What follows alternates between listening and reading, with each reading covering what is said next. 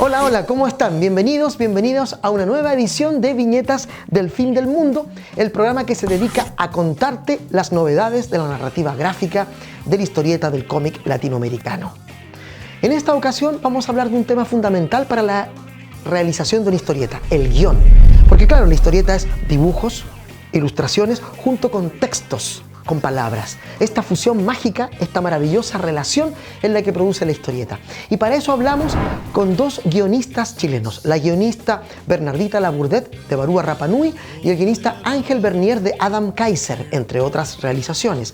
Con ellos hablamos de la historieta, de la escritura, de la cocinería, de esto, cómo se produce el guión, cómo se escribe, para qué se escribe. Y con ellos hablamos, con Bernardita y con Ángel, en este nuevo programa de Viñetas del Fin del Mundo. Ángel, Bernardito, ustedes vienen de dos mundos bien distintos, a pesar de que también siento que en otros sí se comunican muy bien. Ángel, ¿qué estudiaste tú? Estudié literatura. Ya estudié licenciatura en literatura y también algunos posgrados medios indecisos. Pero relacionado todo siempre con literatura. Con literatura, justamente. ¿Y Bernardita? Yo estudié antropología y después hice también como Ángel, posgrado, hice un magíster en edición y un magíster en gestión cultural. Eso me refería, ¿no? Claro, vienen de la antropología, de la literatura, pero al mismo tiempo ustedes son de esas personas que leen muchísimo, son grandes lector y lectora, ¿no? Sí. ¿Es importante para alguien que escribe guiones de historieta ser un buen lector, una buena lectora, o no tiene nada que ver una cosa con otra según ustedes lo ven? ¿Berna? Es una difícil pregunta, yo creo que sí. Yo creo que desde un montón de cosas, desde escribir bien, como no tener algo tan sencillo como no tener falta de ortografía o tener una buena redacción, una buena gramática, hasta enterarse de cosas o incluso como complementar las historias que uno quiere escribir con más cosas. O de repente uno leyendo encuentra la inspiración en algo y con eso decide, me gustaría escribir algo sobre esto. Entonces siento que leer mucho te abre más mundos de los cuales tú además poder contar algo. Ángel, ¿qué piensas tú al respecto? ¿Es necesario? Aparte de lo que dice Berna, que me parece excelente, correcto, uno aprende, uno conoce nuevos temas, uno repite. También, por lo menos en mi experiencia, es que uno no tiene que inventar la rueda ni la pólvora. O sea, hay ciertas técnicas, hay ciertos efectos en los lectores, da lo mismo que sea cómic o novela o poesía. Hay cierta llegada al lector que otros lograron y que quizás me pueda servir como herramienta para una historia a contar. Eso es lo que uno aprende leyendo infinidad de cosas, ¿ya? Entonces, le quita una carga y uno puede mejorar en otras. Y a partir de esa misma pregunta de si debe ser un guionista, un buen lector, una buena lectora, ¿tiene que ser una persona culta, creen ustedes? ¿O no es tampoco necesario? ¿O la lectura te convierte en alguien culto?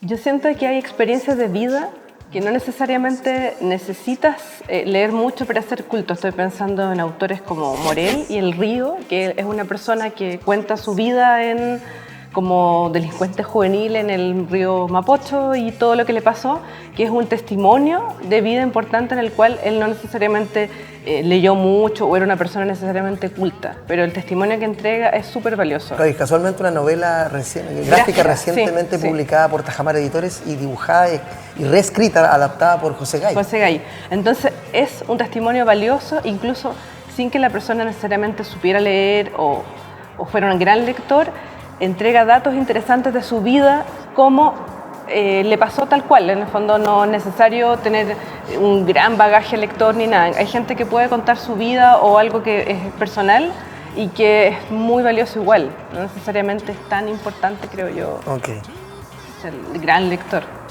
Esto de que un guionista necesite ser culto necesariamente, creo que yerra en el punto. Uno tiene que medirse por los resultados. Si tu cómic, si tu libro, si tu producción tiene carencias, quizás tengas que buscar cómo llenarlas con buenas lecturas, con buenas experiencias, consultando, averiguando.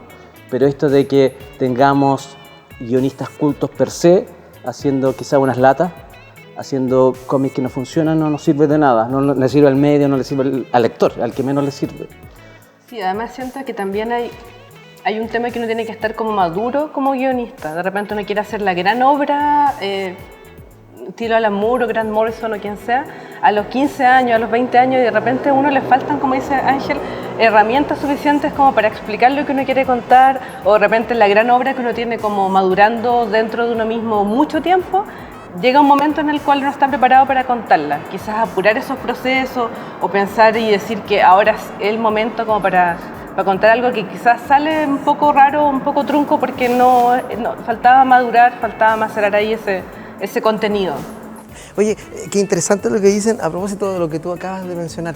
¿Alguno de ustedes tiene alguna obra macerando hace tiempo, esa gran obra que espera hacer un día y que siempre pospone por temor o porque siente que todavía no está preparado o preparada? ¿Hay alguna obra así oculta en ustedes?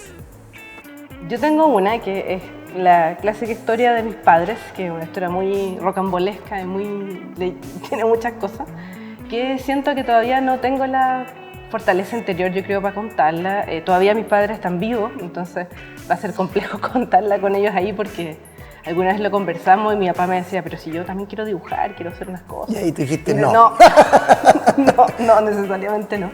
Y lo otro es que también yo creo que quizás esas grandes obras son temas, pienso a un nivel distinto, pero no sé, en Maus, obras que son tan personales, que tienen mucho dolor encima, que requieren mucho proceso del guionista o del dibujante, o ambos, cuando no es solo una persona, de contarla de manera que no sea ni melodramática, ni tampoco tan fría, y que sea perfecta como para contar la historia que uno quiere.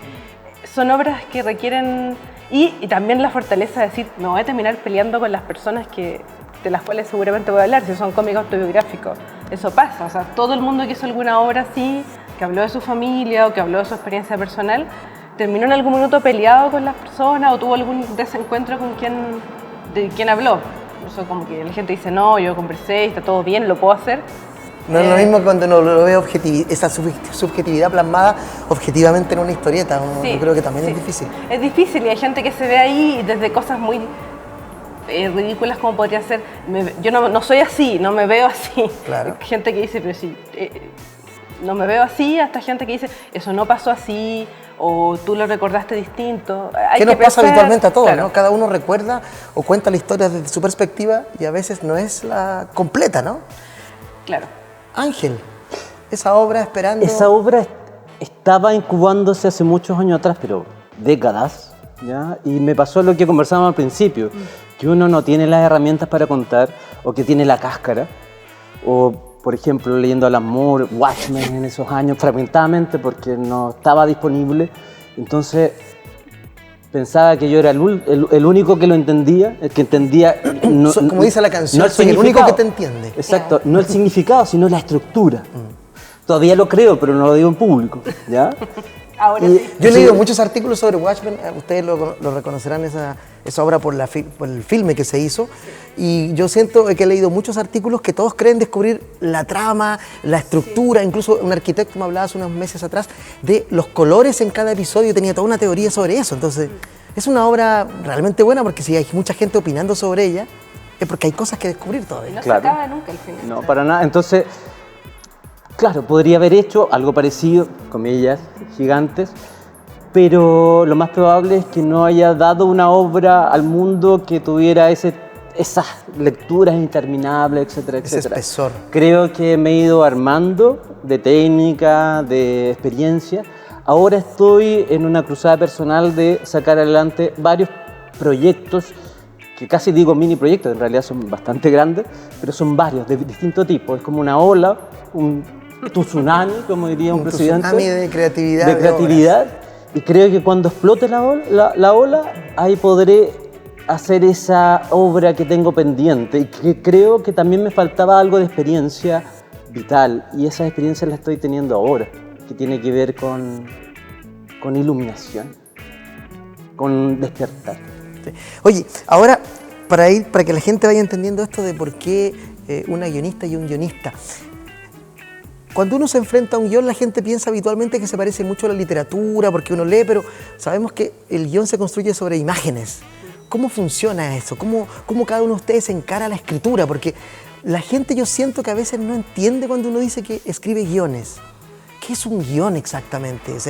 ¿No? ¿Cómo lo ve cada uno de ustedes? ¿Cómo encara su trabajo cada uno de ustedes? Que me imagino que son absolutamente diferentes, tal vez, en su modo de operar. En mi caso en particular, yo siempre parto de personajes.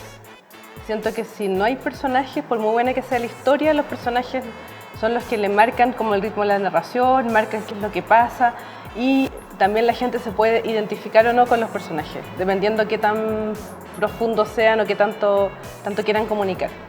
Y a partir, cuando tengo los personajes, puedo empezar a armar una historia y puedo empezar a ver cómo va a ir dispuesta en la página también, porque... ¿La ves? ¿Ves la página en tu mente? No sé si veo la página en mi mente, pero tengo como esta idea de la plancha y empiezo a ver cómo se mueven los personajes dentro de la plancha. Y ahí como que voy ordenando un poco el sistema, por ejemplo, también es lo que pasa mucho, cómo fluye la narración desde una viñeta hasta acá, o si las viñetas van así, es como... para que no sea tampoco tan complicado de entender como el proceso en que van pasando las cosas. ¿Detallas mucho de las indicaciones a tu dibujante con el que trabajas el proyecto o lo dejas libre? Trato de encontrar un punto medio, de dejarlo libre, porque obviamente los dibujantes tienen la capacidad de visual de poder decir, no, mira, esto queda mejor acá, o esto queda mejor acá, o el personaje final ya se debería mover así o así, que eso es perfecto.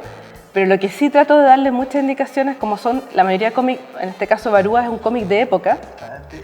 Son cómics... Este cómic además histórico, es histórico, ¿no? Entonces... Barúa Rapa Nui. Hay desde mandarles detalles como monedas holandesas, chaquetas de los conquistadores, de los exploradores que llegaron a la isla, detalles de los tatuajes, ese tipo de cosas. Documentación. Documentación que también es una pega que es, dentro de lo que hablamos antes, como leer mucho. En ese momento de documentar hay que leer mucho. En cómics históricos al menos así, como mandar detalles, cómo eran las pinturas corporales, e incluso cómo me imagino yo que se mueven los personajes, dependiendo de qué rol tienen en la sociedad. Va a ser distinto un sacerdote a una niña que no tiene mayor preocupación, a alguien de la casta guerrera, a alguien. Entonces así como ese tipo de cosas. Y Ángel, en tu caso, ¿cómo es ese proceso escritorial, de algún modo general? A través de los años creo que he ido depurando mi técnica personal al respecto. Al principio muy influenciado por Moore o por Gaiman. Tenía 4 páginas, 5 páginas de escrito por página de cómic. Lo que era, claro, lo que hace Moore un poco, crear toda una atmósfera para que el dibujante o la dibujante... Y lo que es una pequeña tortura para el dibujante. Así que quizás acercándome un poco a Morrison, ahora voy 1 a 1, ¿ya? Una página de escritura, una página de cómic.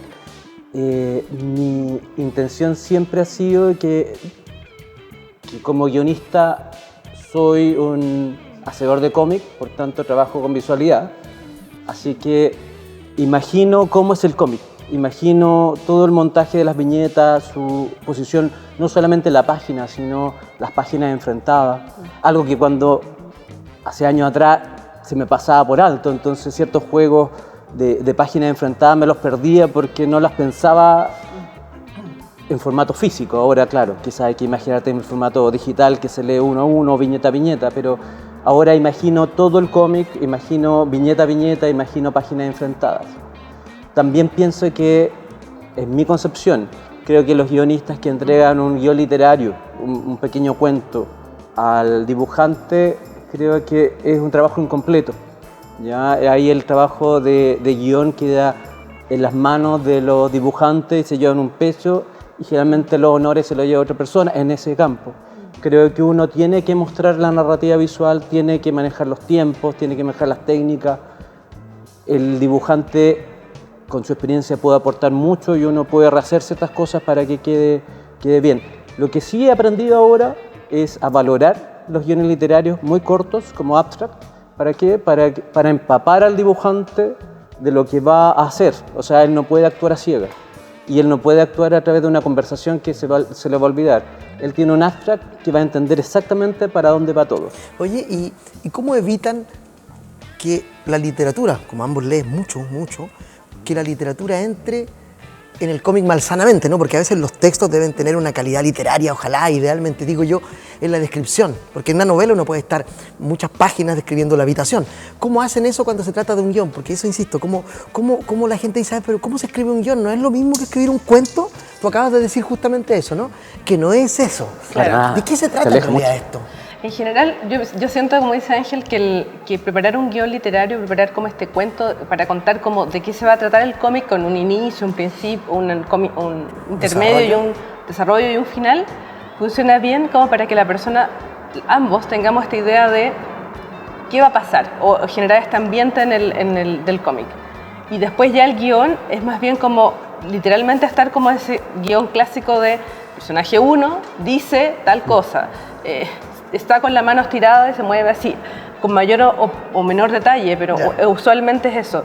Y yo siempre trato de que no hacer globos de texto interminables, trato que los globos sean breves, porque además pasa mucho que el rotulado es un tema complejo y me ha pasado con cómics preciosos en los cuales los globos de texto tapan a los dibujos de las viñetas. Entonces, de repente, claro, no se entiende porque el globo de texto está tapando a la persona o está en algún lugar donde tapa algo importante de la viñeta dibujada. Entonces, con globo de texto breve y con cartuchos, pero abajo o arriba, los príncipes valientes, así como arriba, en algún lugar que no estorben y que permitan que la narración sea fluida, creo que con eso ya es gran parte del tema ganado, como adelantado, porque me pasa con muchos cómics que leo que siento que al final los dibujos eran lo menos importante porque la persona está escribiendo globos de texto gigantes que yo leo los globos y no veo el dibujo detrás, no veo el dibujo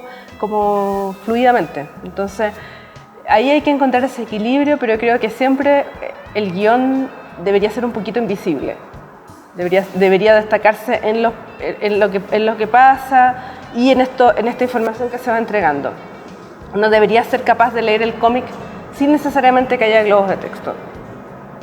En mi idea, no sé, o sea, idealmente. ¿Se podría prescindir de los textos en algún caso extremo? Claro, en algún caso extremo, porque siento que la gente que tiene ese afán de escribir 1000 globos de texto y que sea todo muy, como con mucha información, le está como restando a la persona la posibilidad de leer los dibujos como un cómic. Claro, que hay que aclarar, yo también siento que los dibujos también se leen, ¿no? Cuando la gente dice lectura, ¿no? El dibujo en la visualidad es una lectura también. Es que debería complementarse el dibujo con el texto. Entonces, siento yo que la gran parte de los cómics que se hacen, el dibujo es un poco anexo.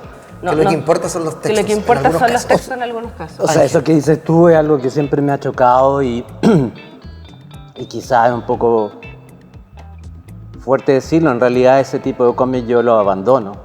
No me creo que están mal hechos y eso es un error de los guionistas plenamente. El dibujante ahí no tiene nada de qué ser culpado. O incluso de los dibujantes guionistas cuando es una sola persona que de repente dibuja increíble, pero que sus dibujos están perdidos entre ese mar de texto. Claro, yo creo que parte de un prejuicio con que partió la pregunta, la entrada a la literatura en los cómics.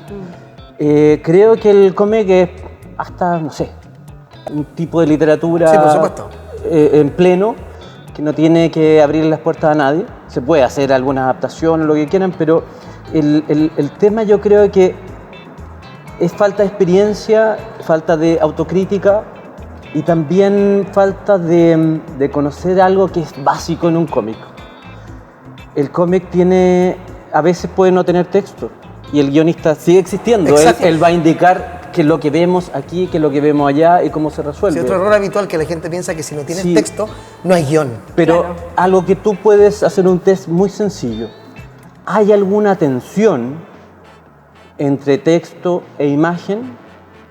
Si esa tensión es como una cuerda que se está pulsando, si esa tensión no existe porque el texto se alarga, tapa, como dices tú, y la cuerda se afloja y no escuchamos un sonido ahí, una tensión, un pulsar, es que algo está pasando. O sea, se los digo pensando en algunos textos que creo que me han funcionado y le puse muchísimo texto, pero uno sabe a lo que se está arriesgando.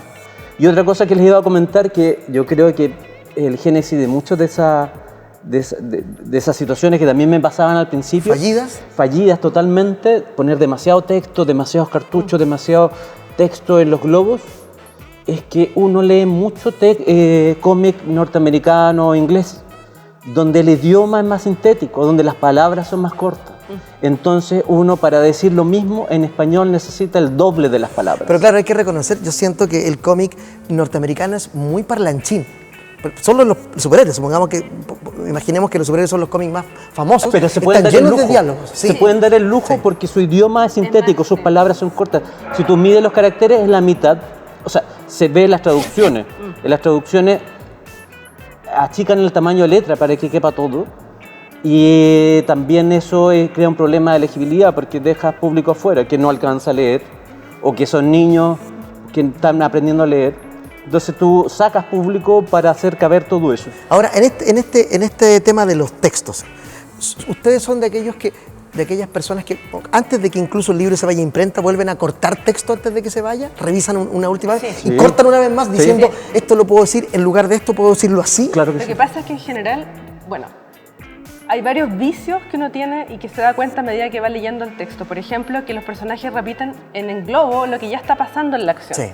A mí eso lo veo en muchísimos cómics y es como, pero si yo ya estoy viendo, y es como versión cómic gringo. Iremos para allá, o el auto se rompió, y es como, estamos viendo que el auto se rompió. No Exacto. es necesario que la persona lo diga. Pero de eso nuevo. solamente lo puedes notar una vez que tienes el dibujo con el Claro. texto. Sí, o lo mismo, por ejemplo, uno usualmente en español, que es lo que decía Ángel recién, uno suele hablar y suele repetir mucho las cosas, ya del clásico mal dicho de salí para afuera, que uno revisa y dice, salir nomás, salir, pero en general en español uno tiene como la tendencia... O en el chileno, la redundancia. O el chileno a hablar muy redundantemente, entonces tiene que volver a repasar y decir, esto lo puedo decir en mucho menos... Y funciona para la fluidez del texto, pero hay que revisarlo porque a uno se le pasa. ¿Y ese trabajo de edición te pasa también, Ángel? ¿Que hasta el final tú sigues corrigiendo? Sin duda, es, como decía, un vicio. La edición es infinita. Uno elige terminar. Uno dice, cerramos hasta acá y no avancemos. Pero un cómic, una obra, una novela, un poema podría fácilmente durar 10 años de correcciones y sería lícito, comillas. Es una decisión el cortar, dar un corte. Sí, hasta el último minuto, pero también vengo de una escuela porque aparte de haber estudiado literatura también he sido editor, bueno, ahora también lo soy, pero también en editoriales grandes, y es algo que he notado en colegas editores que también les hace falta, y es una técnica que a ellos les va a ayudar, no es que le esté pegando un palo. Lo que pasa es que cuando uno va a imprenta y recibe de vuelta la maqueta para mirar. La prueba de imprenta. Si uno va a encontrar algo, tendría que ser algo mínimo. Quizás un acento, quizás una coma, pero nada más. Entonces significa que antes de llegar a imprenta con la maqueta, lo viste 30 veces, 40 veces, 50 veces.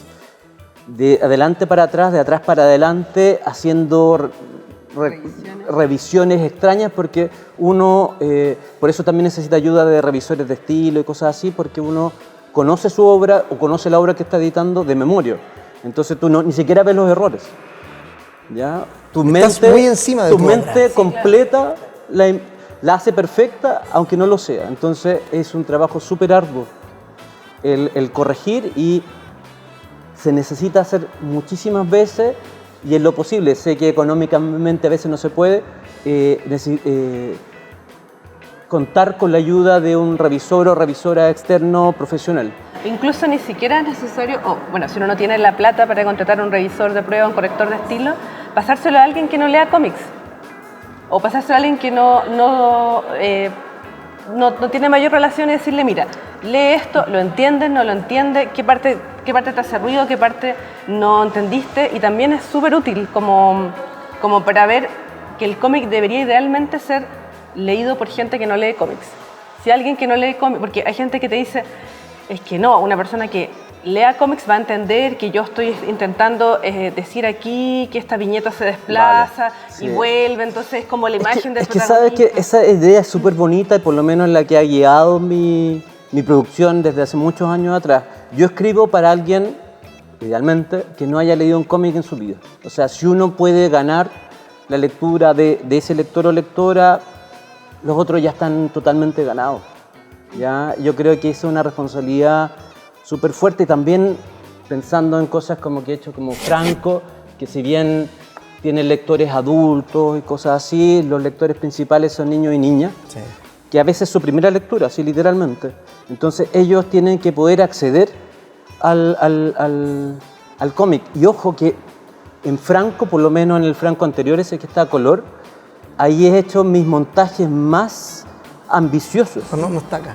No está acá, no lo traje. He hecho mis montajes, mis juegos de viñetas más complejos. Entonces, si eso lo puede leer una niña y un niño de 7 años. Y un es que adulto. es que la complejidad tiene que estar en el background, tiene que ser casi invisible. Ya es por ejemplo, una lectura. ¿A qué me refiero? Claro, la complejidad no tiene que ver con no comprensión, sino que con invisibilidad. Exacto. ¿no? Y con la posibilidad de volver al texto, a volver a las viñetas y darse cuenta un poco, como, no sé, yo lo intenté hacer en Barúa. Hay, por ejemplo, el dios principal, que es Make Make, está presente en cada una de las viñetas de los textos, como aparece como una luz, como un tatuaje, como algo, pero es muy sutil. Y hay gente que me ha dicho, hoy lo encontré en el sol, lo encontré, y es como, claro, pero después de una segunda relectura, una Por ejemplo, ahí aparece, ¿no? Claro. Ahí está, hay un ejemplo de lo que habla ella. Hay una pequeña Claro, imagen. por ejemplo, acá, que está ahí, en el sol. Partimos Claro. con la imagen que uno puede decir, pero ¿qué es esto? Claro, Es una mancha. Es una mancha, y no, es el dios.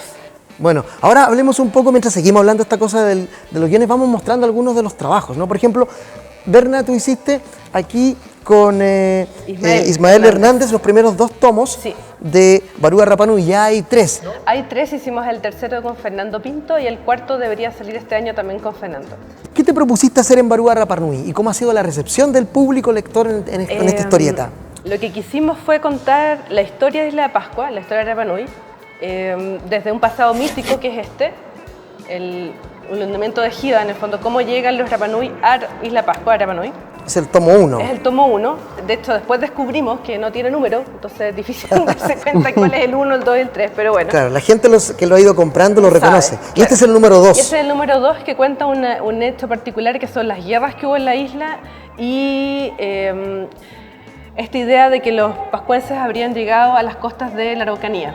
Y esta como relación que se cuenta después en el cómic y un tipo de vírgenes que había en la isla, como una especie de casta que se llama las vírgenes Neru, que estaban en unas cuevas y que la idea era que no les llegara nunca la luz del sol. A ver, comienzas con la historia mítica. Sí. Esta ya es una historia etnográfica. Hay reportes. Okay. ¿Y el tercer tomo? El tercer tomo ya es historia propiamente tal, que son las llegadas de los exploradores holandeses, ingleses, estadounidenses para raptar a los Rapanui y llevárselos como esclavos. En este caso, sobre todo nos enfocamos en la historia de piratas peruanos que llevaron a los Rapanui a trabajar en las minas de guano en Perú. Sí. Y hay Sí. que decir que con estos volúmenes, con uno o con los 2, creo ganaste premio a la mejor guionista en el Festival Internacional del Cómic de Santiago. Sí, creo que fue con los 3. O sea, creo que primero ganó el mejor cómic y después los otros 2 mejor guionista, que fue muy bonito. Sí, porque este era tu primer trabajo así como en Sí, serio, digamos. el primer con todo. trabajo en serio con todo. Así que,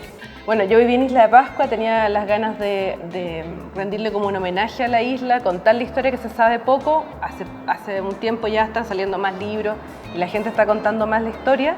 Yo pensé que nos iban a lapidar porque ninguno de los 2 es Rapanui, pero... Sí, de cepa, digamos. Claro, a pesar de que como tú con viviste ahí apellido, mucho todo. rato de pequeña. Sí, vivimos muchos años, pero claro, no somos ninguno de los 2 Rapanui. Pero en general, mis amigos todavía del colegio y la gente... Hay gente que no le gustó, que directamente encuentra que no le gustó porque no somos de la isla, pero sí otra gente de la isla nos dijo que estaba súper bien, que les había gustado mucho y que de hecho es un cómic que se vende allá y que la gente de allá lo conoce y todo. Sí. Así que bien. Eso. Está editado por Rapanui Press, una editorial que publica únicamente libros que tienen que ver con Rapanui. Así que es muy interesante también. Sí, esa editorial ha hecho un trabajo muy bueno de como rescate de clásicos que estaban descontinuados, que ya no se podían encontrar sobre Isla Pascua. Incluso ediciones facsimilares. Ediciones facsimilares, ediciones de clásicos que ya eran imposibles de pillar, y también es una labor de divulgación que han hecho, pero con mucho cariño y a pulso, porque es una editorial chica. Es una editorial muy bonita, fíjense, tiene todo este trabajo, ¿no? Sí. Acá aparecen ¿cómo se llaman estos símbolos? Esa es el Rongorongo, la escritura que tuvo la isla, que hasta el día de hoy no se puede descifrar. Está acá puesta, y claro. Y también tiene, por atrás aparece. Sí. Claro, es una edición muy bonita, muy cuidada. Y de hecho, después cuando junten los tomos van a armar esta figurita de este... ¡Oh! Esos son los Mauricio pequeños guiños. Son pequeños guiños. Ángel, tú trajiste varias cosas, Sí. vamos a ir Sí. mostrando. Tú comenzaste tu carrera de guionista publicando en un fanzine que después se convirtió en este libro compilatorio del Informe Meteoro. Exactamente, era un fanzine de humor donde dos extraterrestres que vienen a visitar la Tierra y a documentar su vida inteligente tienen la mala suerte de caer en Chile, y entonces, ¿qué documentan? Terremotos, tsunamis, Don Francisco, Teletón, Y aquí, por ejemplo, Piñera, aquí unos episodios que me gusta a mí, que escribiste tú justamente con dibujos de... Robart. Claro, aquí aparecen los candidatos presidenciales convirtiéndose en un solo gran monstruo. Exactamente, es como unas peleas de Ultraman. Claro. Ya no me acuerdo el nombre técnico de esos monstruos. No es Caillou, De hecho, aquí Caillou, ¿no? aparece uno de los personajes protagonistas como Ultraman. Vestido de Ultraman. Combatiendo a sí. estos, a Bachelet, Exactamente. Lavín y no recuerdo quién era el otro candidato. Ya tampoco lo recuerdo. A ver. Qué bueno. Soledad Alvear, Claro. creo que Puede era en ser. un momento. Recordemos que es bonito a los que encuentren este libro, que es difícil de encontrar, pero todavía se accede a él. Entiendo, sí. Es un libro que además con mucho humor retrata un poco la historia del país, ¿entre qué años? 2005 al 2009, 2010. Vamos a ir más rápido porque hay muchos. Exactamente, sí. Veamos- Mira, ahí, en ese que estás ahí también ha sido mi comienzo. Porque este es un libro reciente de José Huichamán, pero en la Un última dibujante historia... de historieta chilena. Exactamente, la última historia lo acompañé en un fanzine también que se llama Tinta Negra. Y este fue tu primera publicación. Exactamente, mi primera publicación. ¿Cómo y se que es llamaba la última, historieta? ¿El colectivo? Esa es la última. Tinta Negra, y perfecto. se llamaba Aquí. Antiguos Temores. Antiguos Temores. Que esta. tenía una vida, esa publicación ha saltado de varias publicaciones, entre una y otra.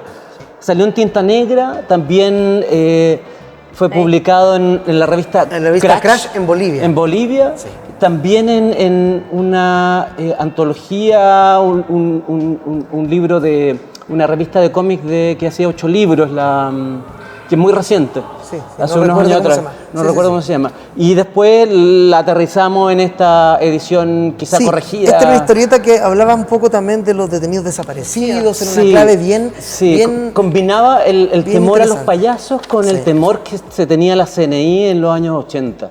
el Ese- horror, digamos. de El la- horror, claro. sí. Acá también colaboraste con el proyecto Zombies en la Moneda. Exactamente, ¿no? sí. Estuve Que es como- en las 2 trilogías originales. Claro, hay en la muchos- sextalogía. Aquí tengo una estuviste historia- colaborando con historias. Sí, con historia, y también participé en el equipo creativo que hicimos el El arco argumental el arco general. total. Este también y es lo una historia de repartimos. humor, política, ¿no es cierto? Sí, hay aventura, hay humor, pero también daba el abanico para contar incluso historias serias, que es lo que me tocó hacer por lo menos en el primer capítulo. Sí. Donde había algo bastante dramático y frente a los colegas que hacían parodia, etcétera, yo le puse un toque más dramático y combiné el tema de los zombies con también el de la CNI, de los detenidos desaparecidos, que suena muy frívolo, pero creo haber logrado un tono correcto al respecto. A ver, muéstrame Justo y Franco para que veamos.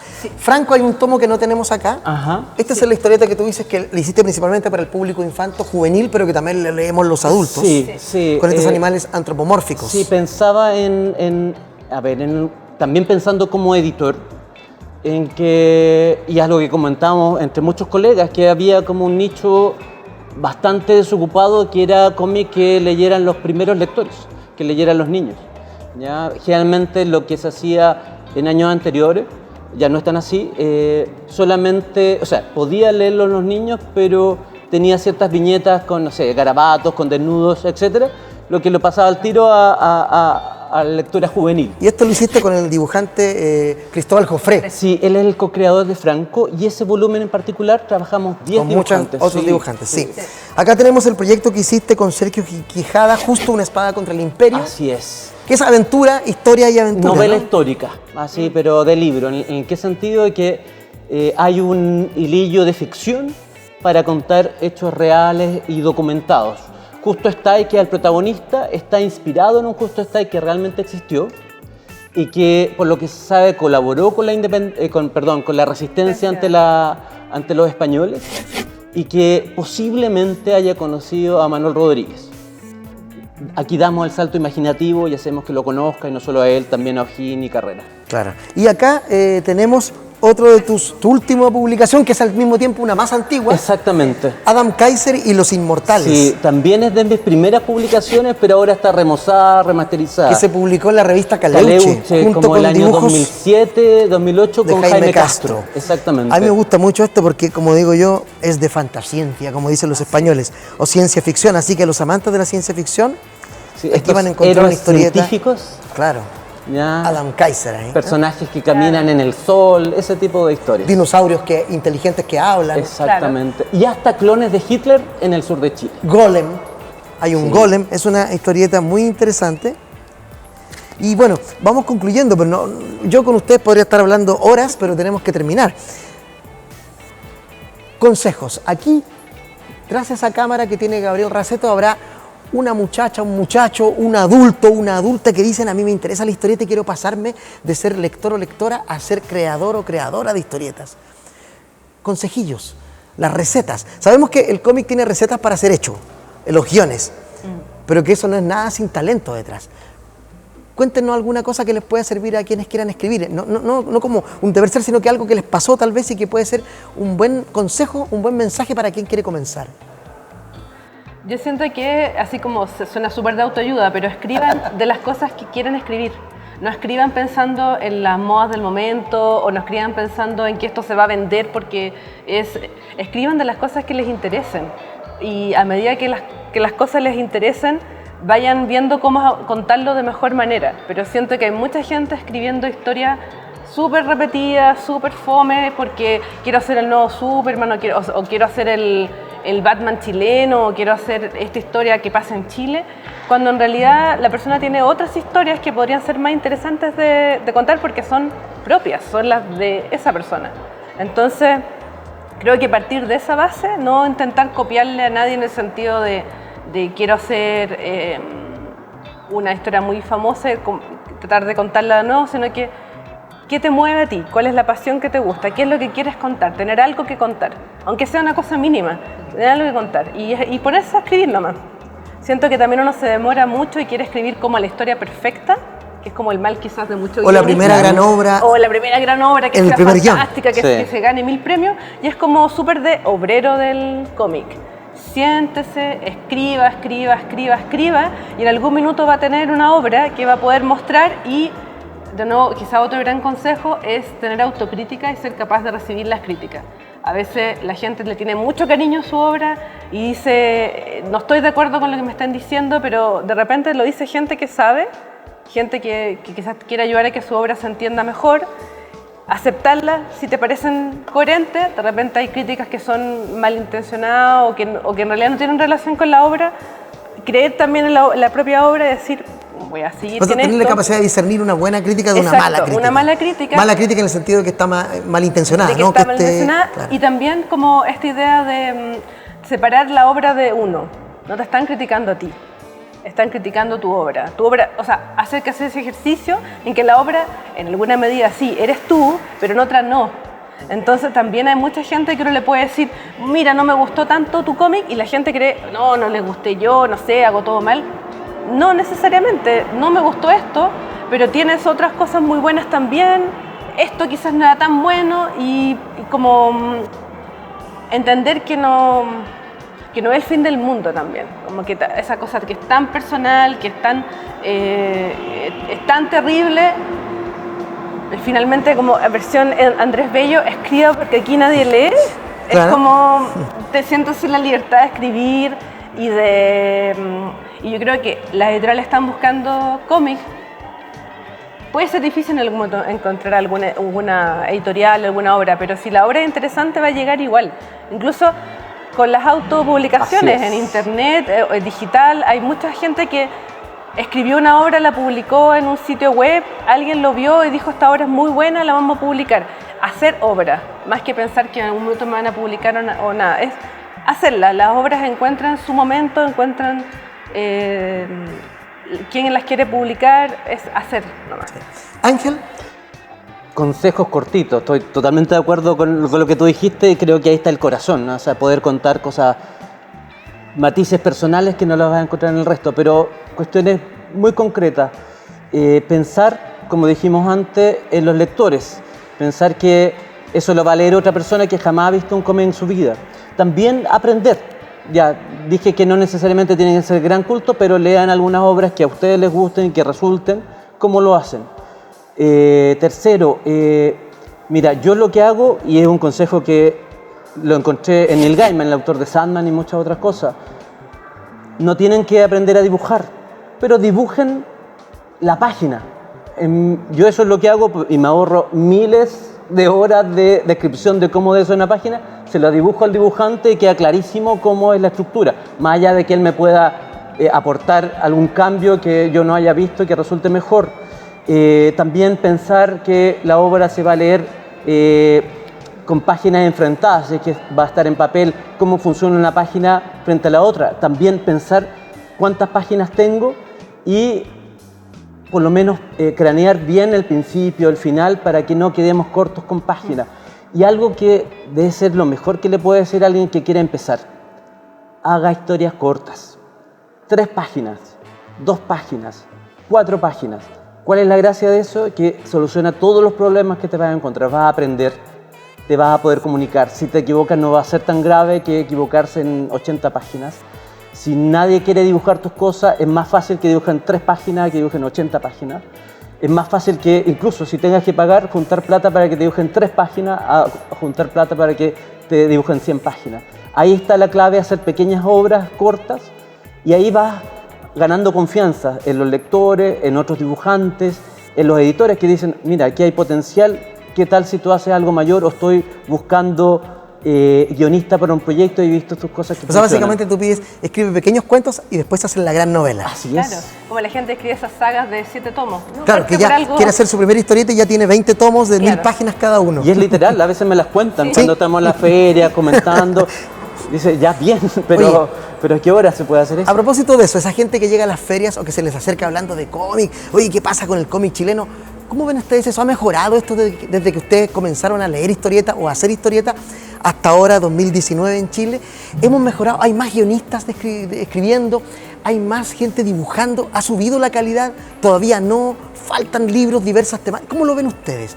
¿Estamos en un buen momento o estamos en un momento en un impasse? ¿Qué sienten ustedes? Ángel. Yo creo que es un buen momento, un buen momento. A ver, ¿cuál es el gran cambio? Creo que hay una tradición que incluso la dictadura no alcanzó a destruir totalmente, de buenos dibujantes. Eso ha pasado siempre acá en Chile, siempre han sido mejor que el promedio de Estados Unidos, que es un mercado que siempre miramos, mejores. Eso nunca ha sido un problema. Guionistas faltaban según mi perspectiva, faltaban buenos guionistas en los años 80, en los años 90. La idea era escupir, la idea era rabia, pero nos hacían cosas tan cuidadas. Ya de los 2000 en adelante creo que hay colegas que hacen cosas hermosísimas, súper bien pensadas. Algunas no me gustan tanto, pero después veo su evolución y creo que han ido mejorando, etc. Lo que ha cambiado ahora y que creo que es un buen momento que, bueno, no tenemos una gran industria, pero tenemos pequeñas editoriales, microeditoriales, que han asumido una vocación profesional. Por tanto, sus ediciones son muy cuidadas. Eso hacía falta antes. Entonces, dolía ver cómo el trabajo de un grupo creativo o de un solo autor se perdía por pequeños detalles de edición, de que no cuidaran, no sé, la ortografía, que el autor, o sea, autores exquisitos de la literatura universal, García Lorca, él tenía dislexia, o sea, iba a escribir mal, o sea, sí o sí. Entonces se necesita un editor que esté detrás y que esté revisando, etc. Eso ha estado cambiando y por eso tenemos pequeñas joyitas. Y lo otro es que también es muy fácil, más que nunca, la autoedición. Entonces creo que están los medios para poder producir cosas que no sé si es una edad de oro, pero es la edad mejor para quien quiera empezar. Antes las trabas eran demasiadas. Perfecto. Yo siento que hay de todo. Estamos en un momento en el cual las grandes editoriales, grandes grupos editoriales están sacando cómics chilenos, que eso era impensado hace unos años atrás, hasta Planeta sacando Mampato. Es cierto, sí. Hay grandes grupos editoriales interesados en publicar cómic. Hay otras editoriales medianas que siempre han sacado cómic. Hay un auge del cómic femenino, de mujeres. Que eso también hace algunos años hubo personas pioneras, Melina sacando Tribuna Femenina del cómics, sí. Pero ahora el cómic de mujeres está como en una edad de oro realmente. Yo creo que ahí es el momento para publicarse unas mujeres. Hay montones de fanzines, hay montones de revistas, hay montones de editoriales que están publicando ese material, incluso líneas en las cuales es como cómic femenino, que es muy interesante, eso no había pasado nunca. Y también hay espacio para cómics de superhéroes chilenos, también hay espacio para cómics como independientes o una vocación como indie, que antes no había. Hay editoriales como Reel, como 8 libros editores o un montón de otras editoriales chicas, incluso Montacerdos ahora va a sacar una línea gráfica, sí. Que permite y da cuenta que, claro, serán 200 ejemplares por edición, serán 500 ejemplares, pero ya hay un universo de cómics que antes no había tanto, donde escoger. Y lo que acabas de decir tú, estas editoriales pequeñas, medianas o grandes que publican historietas demuestran el interés que está generando en la cultura chilena, ¿no? Porque antes no pasaba eso. No, y incluso también pasa, incluso como con temas contingentes, que personas que hacen cómic pueden ahora trabajar también haciendo cómic. Estoy pensando, por ejemplo, en Francisco Olea, Francisco sí. Javier Olea, que publica en una revista de tiraje nacional como El Sábado, crónicas en cómic. Cómic documental, periodístico, excelente, muy bueno, sí. Que sale en una revista de tiraje como es El Sábado, que lo lee todo el mundo, gente que lee cómic y no, incluso se recopilaron hace poco. Sí. Y qué bonito que la gente lea cómics sin saber que está leyendo una historieta, un cómic, ¿no? Como que lo consumen como un libro, que es los sueños que tenemos todos nosotros, ¿no? Sí. Que no se diferencie. Sí, y siento que ese tipo de cosas, por ejemplo, no pasaban antes, entonces siento que es un buen momento, que hay interés y que si alguien quiere empezar a hacer cómics, lo empieza a hacer ahora. Oye, estamos en el tiempo ya, yo insisto, hay muchas preguntas más que no hice y que me las llevaré conmigo y algún día en otra conversación podremos discutirlas. Yo quiero agradecerles que hayan venido, Ángel, Berna, a hablar un poco de las obras que han producido, de cómo se hace un guión, que siempre es el trabajo un poco idealmente invisible que está detrás de las imágenes, ¿no? Pero que es muy importante para sostener también las imágenes. Eso, muchas gracias por haber venido. Gracias por la invitación. Gracias a ustedes. Oye, y bueno, les agradecemos a ustedes la compañía aquí cada jueves a las 21 horas en el Facebook del Ciudadano, una vez más ocupando el espacio del Centro Cultural Gabriela Mistral, que nos permitió estar aquí con estas dos personas, guionistas chileno y chilena de historieta nacional, que conversaron un día un poco de cómo es esto de hacer guiones, cómo es esto de escribir y cómo es esto de hacer historieta, cómic, narrativa gráfica, cómo quieran, ¿no?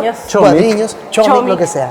Muchas gracias a ustedes y nos vemos en un próximo Viñetas del Fin del Mundo con Gabriel Raceto detrás de las cámaras y con ustedes ahí mirándonos. Muchas gracias.